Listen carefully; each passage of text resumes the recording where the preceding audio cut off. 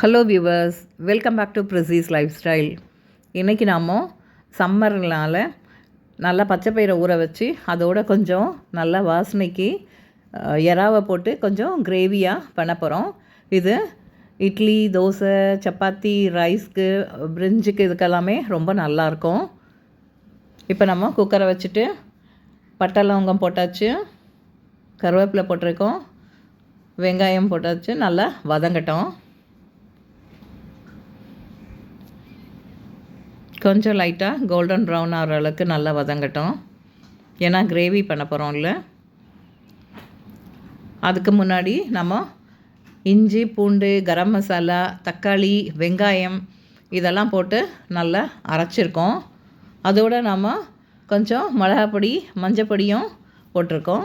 இந்த மசாலாலாம் நல்லா மிக்சியில் போட்டு நல்லா கிரைண்ட் பண்ணி வச்சுருக்கோம். இப்போ இதை போட்டுடலாம்.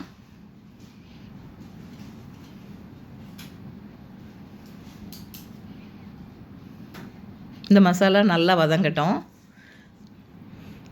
முதல்ல நல்லா கலக்கிக்கலாம்.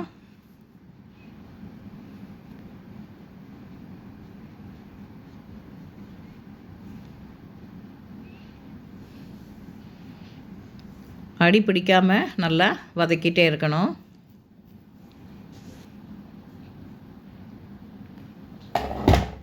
நம்ம பச்சைப்பயிரை நல்லா ஒரு 5 ஹவர்ஸு முன்னாடி நல்லா ஊற வச்சு நல்லா வாஷ் பண்ணி எடுத்து வச்சுருக்கோம்.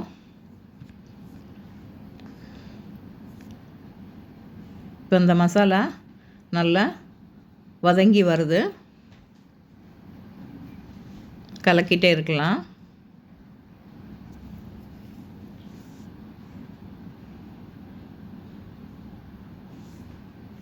பாருங்கள், இப்போ கொஞ்சமாக எண்ணெய் பிரிஞ்சு வருது.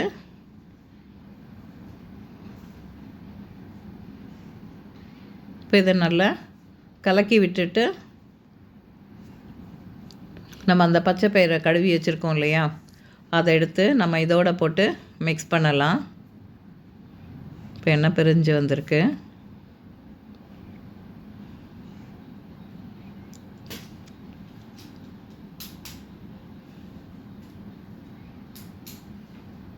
இப்போ எறாவை போட்டு வதக்கிக்கலாம்.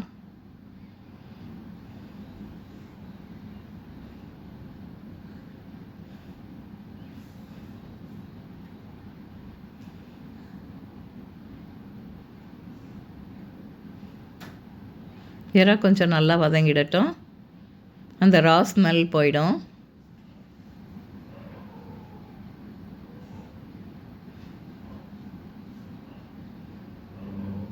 கொஞ்சம் உப்பு சேர்த்துக்கலாம்.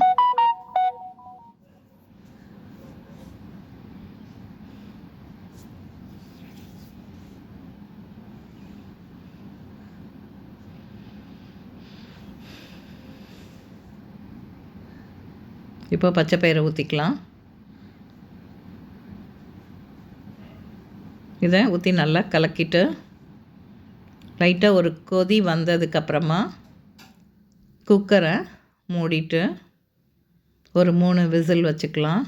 இப்போ நல்லா கலக்கிக்கலாம்.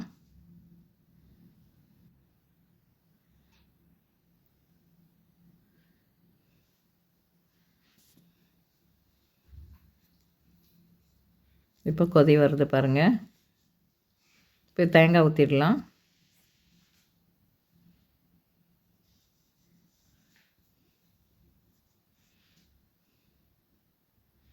நல்லா கலக்கிக்கலாம்.